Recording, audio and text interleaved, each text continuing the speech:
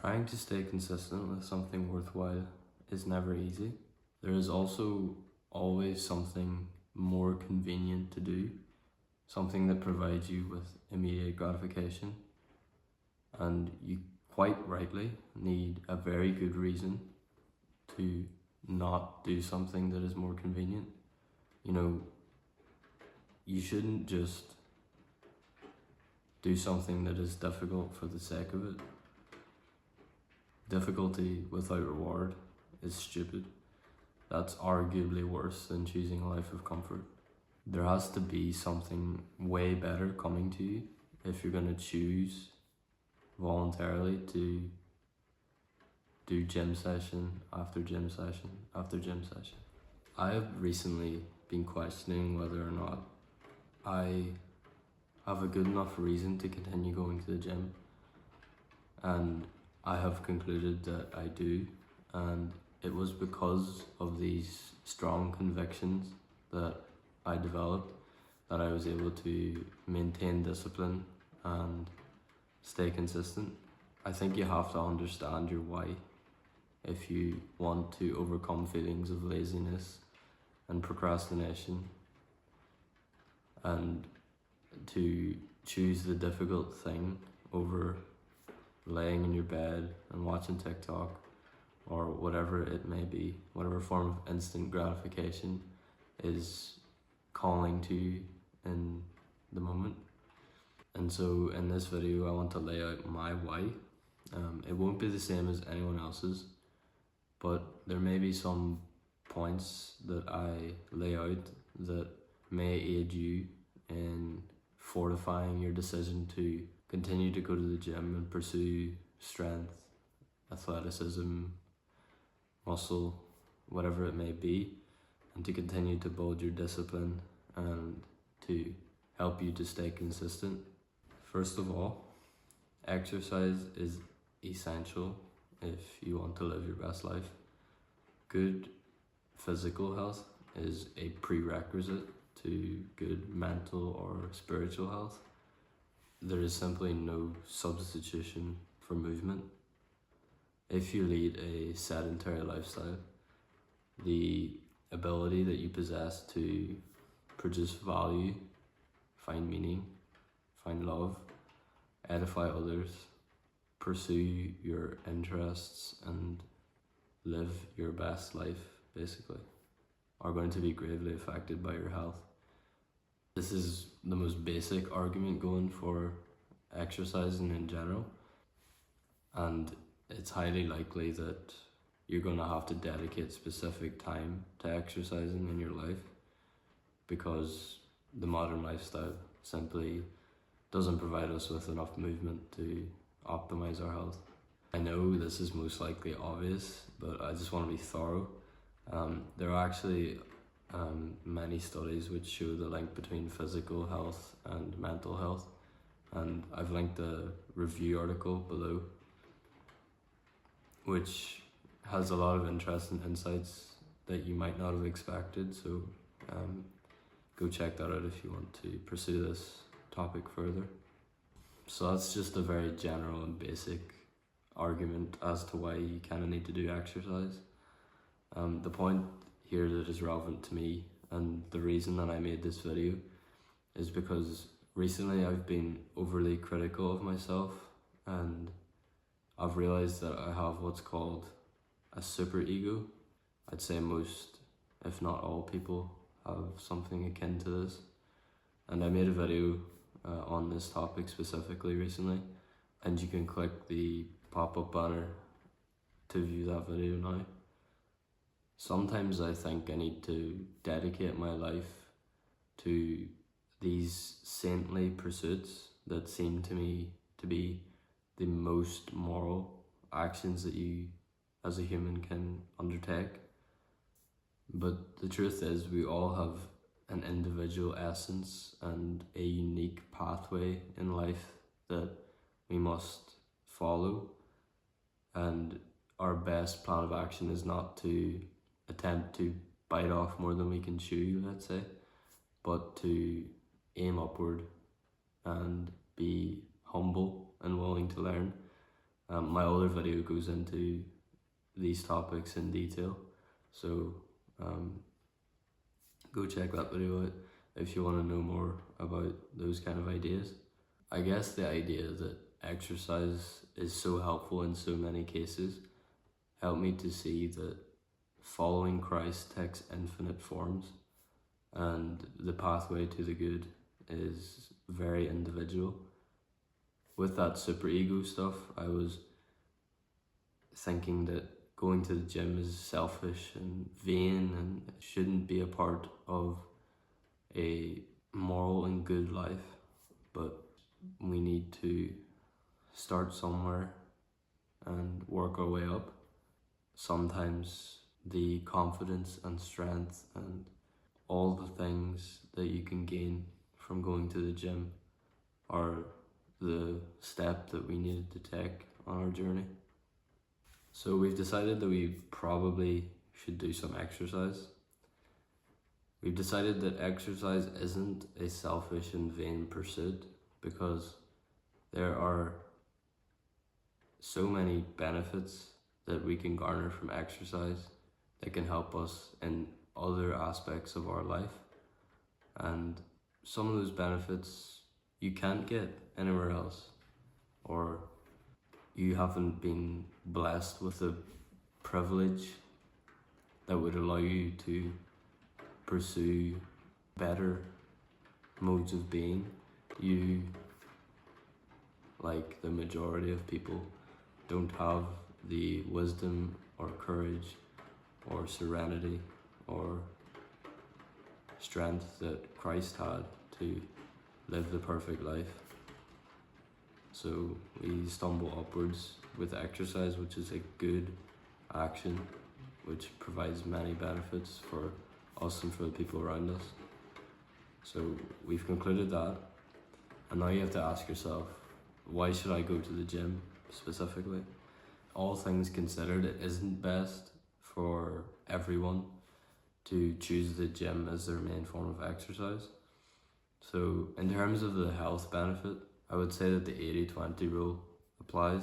So if you do some form of exercise 3-4 times a week, let's say that's 20% of the input, you'll probably get 80% of the health benefits out of that.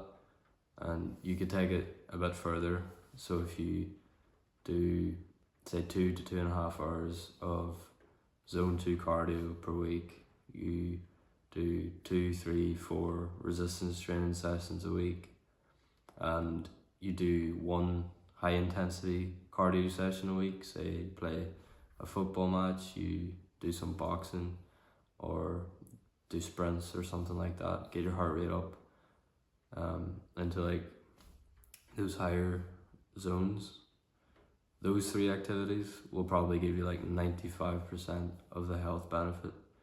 And here is really where you have to make the decision as an individual. I'm just going to outline the reasons that I personally use to strengthen my convictions with relation to training for strength 5 to 6 times a week in the gym. So when I started, my main goal was to impress girls and to gain status and to look cool, basically. I don't think this reason would have held if I had still used it primarily when the gym became less fun. Like whenever I started, I really enjoyed going to the gym, like fully. I never had to be disciplined about it.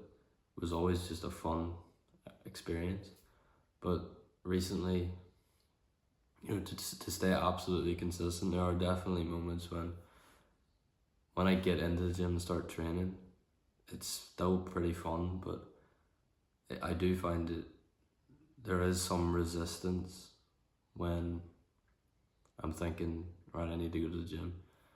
You know, there's some resistance there, and these reasons here would not have held up had that kind of resistance developed when I still held those reasons as the principal reasons as to why I was going to the gym.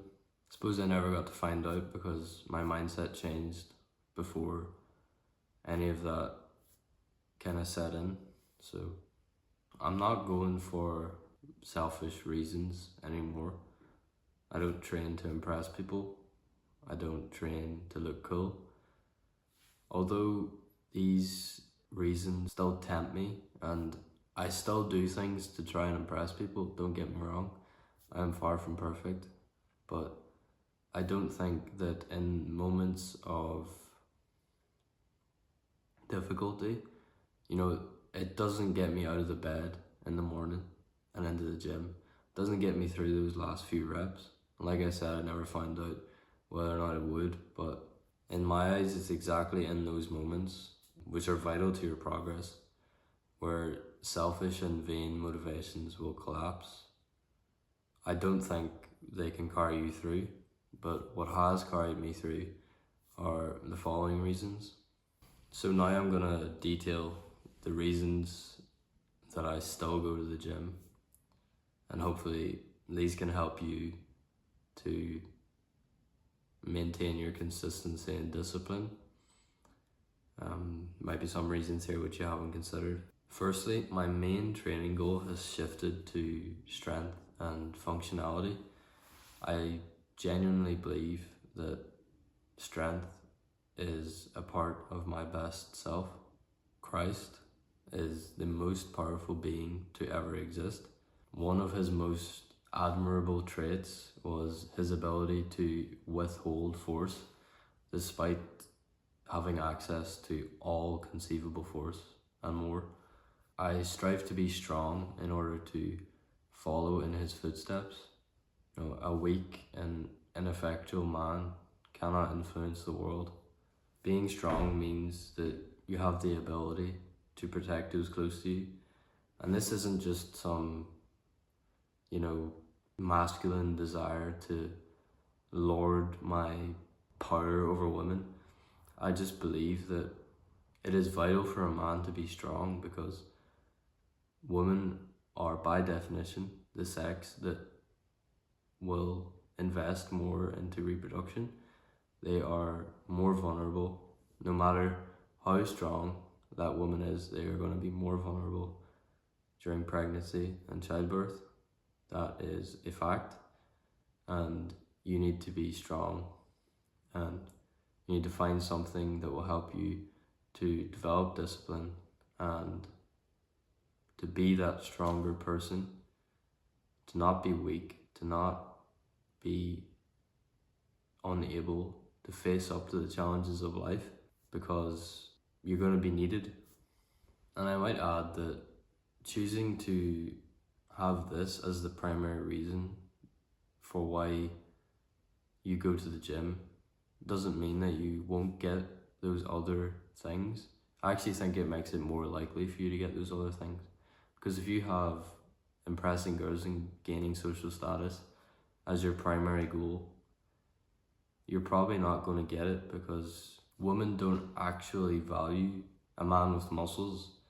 They value a man who is confident, secure in himself, who is striving to be better, striving to be stronger, to have the ability to protect her. Women look for a man, and quite rightly so, who is stronger and more confident and who has greater socio-economic status, because that man will be able to protect them when they are in their most vulnerable position, when they are raising children. Another reason that I continue to train and continue to go to the gym is because it is a very tangible reminder for me that there is meaning to be found in suffering. I go even further, there's meaning to be found in your response to the suffering of existence. I'm going to make a video on this in the future, so look out for that. It's going to be based on what I've learned from Viktor Frankl's Man's Search for Meaning. If you face up to the pain inherent to training to failure and staying consistent and overcoming laziness and procrastination and deciding to go to the gym instead of lying in your bed like a sloth, so much future suffering is going to be extinguished. If you sacrifice now, things truly get better in the future. And this isn't just some abstract idea, and the gym has shown that to me. It has shown me a concrete example of how you can protect and sanctify suffering.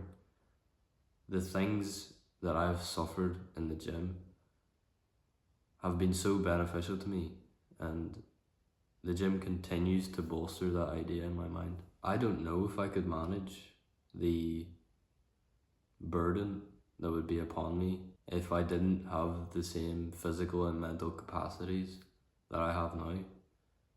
You know, I had the potential to reach a stage where my health was in a good place, where I'm strong and I'm lean and physically capable. And I don't know if I could cope if I let that potential go to waste. You know, that's a big burden.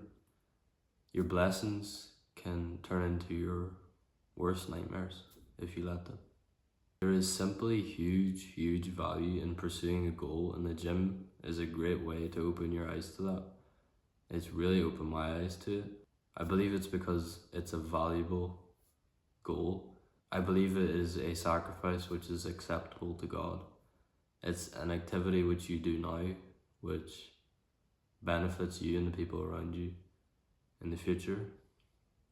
You know, it's making me strong so that I can provide for my future family. It's allowing me to fulfill my potential as a future husband, because I can be disciplined there when necessary and not cower in the face of responsibility. So that is why I still go to the gym, even though I am doing my best to follow Christ. You know, I fail at that all the time, probably in every waking second, but that's the aim, and I've consciously decided to continue to go to the gym. I believe it's aligned with that aim to follow Christ. I do want to add that other exercise forms have benefits in other areas, which are probably of similar benefit or more benefit, but as an individual, this is simply the exercise form that I have found which I enjoy and which I have some decent potential in. You know, I've put on a decent amount of muscle and become decently strong.